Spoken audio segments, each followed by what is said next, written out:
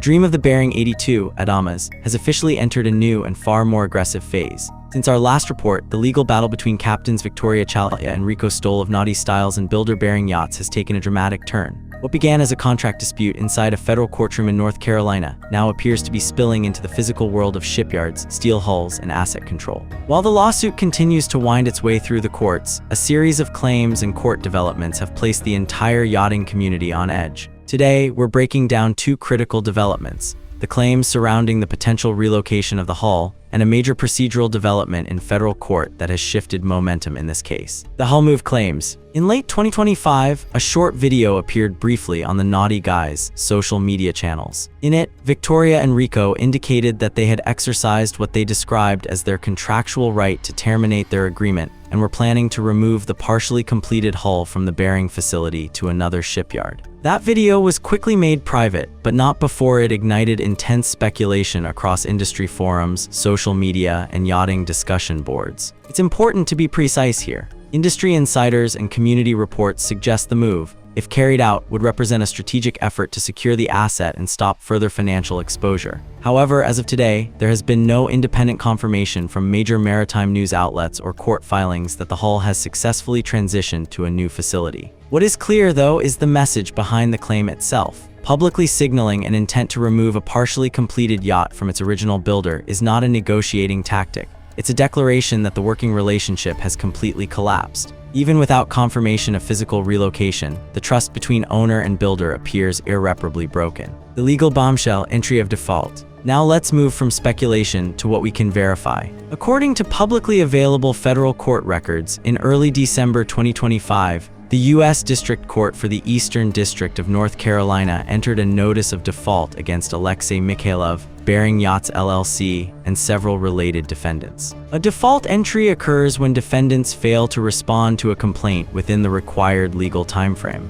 And while it's critical to understand that an entry of default is not the same as a final judgment, it is still a serious procedural setback for the defense. If the default is not successfully set aside, the court may ultimately move toward a default judgment, potentially granting relief to the plaintiff's company, Angels LLC, without a full trial on the merits. In short, this development does not end the case, but it materially shifts leverage. The $3 million discrepancy. At the heart of this dispute remains a significant financial gap. The plaintiffs allege that they have paid more than 83% of the total purchase price, roughly $3 million, according to their filings, while the vessel itself remains only about 70% complete. In the world of custom steel explorer yachts, that 13% difference is not trivial. It represents major systems, labor hours, and build milestones that owners reasonably expect to see completed. From the plaintiff's perspective, this alleged discrepancy supports their broader claims of mismanagement and undercapitalization.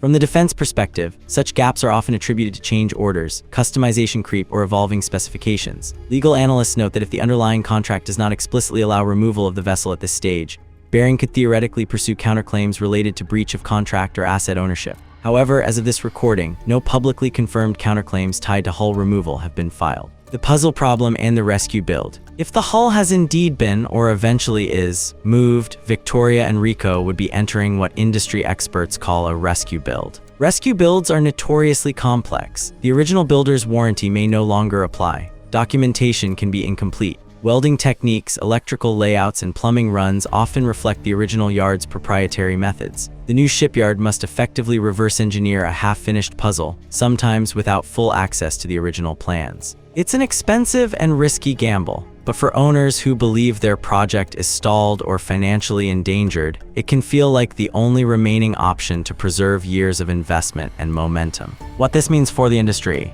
Beyond Adamas, this case is being watched closely by yacht builders, brokers, and owners alike. If owners are able to successfully terminate contracts, take possession of incomplete hulls, and still prevail in court, it could have far-reaching implications for how future yacht building contracts are written and enforced. At the same time, builders warn that normalizing mid-build removals could destabilize an already complex industry, one where timelines, customization, and cash flow are perpetually in tension. So where does that leave us? Is the entry of default the beginning of the end for Bering Yachts' defense? And will Adamas ever reach the open ocean under Victoria and Rico's command? We're tracking case 525 CV463 BO RJ closely as it develops. Let us know where you stand in the comments. This community remains sharply divided. Make sure you're subscribed to Yachtverse for the next update.